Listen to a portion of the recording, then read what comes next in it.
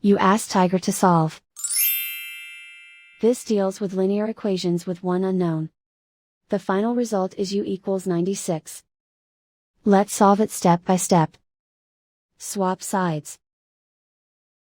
Isolate the u. Multiply both sides by inverse fraction 3/7.